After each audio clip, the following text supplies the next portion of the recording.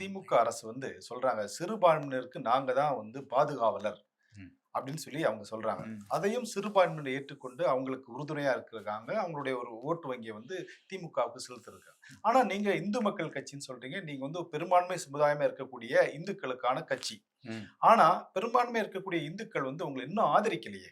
இன்னும் இந்துக்கள் மத்தியில விழிப்புணர்வு ஏற்படவில்லை. எங்க எங்க இன்னும் சரியான விழிப்புணர்வு விழிப்புணர்வு ஏற்படுத்தலையோ அப்படிங்கிற ஒரு சந்தேகம். அதாவது இந்து மதம், சமயம் என்பது ஒரு நிறுவனப்படுத்தப்பட்டது கிடையாது. கிறிஸ்துவ சமயம் என்பது ஒரு நிறுவனப்படுத்தப்பட்டது. இஸ்லாமியம் அப்படிங்கிறது ஒரு நிறுவனப்படுத்தப்பட்டது. ஆனா நம்முடைய இந்து சமயம்ங்கிறது நெறிப்படுத்துதல் தான் இங்க இருக்கு. நிறுவனப்படுத்துதல் இல்ல.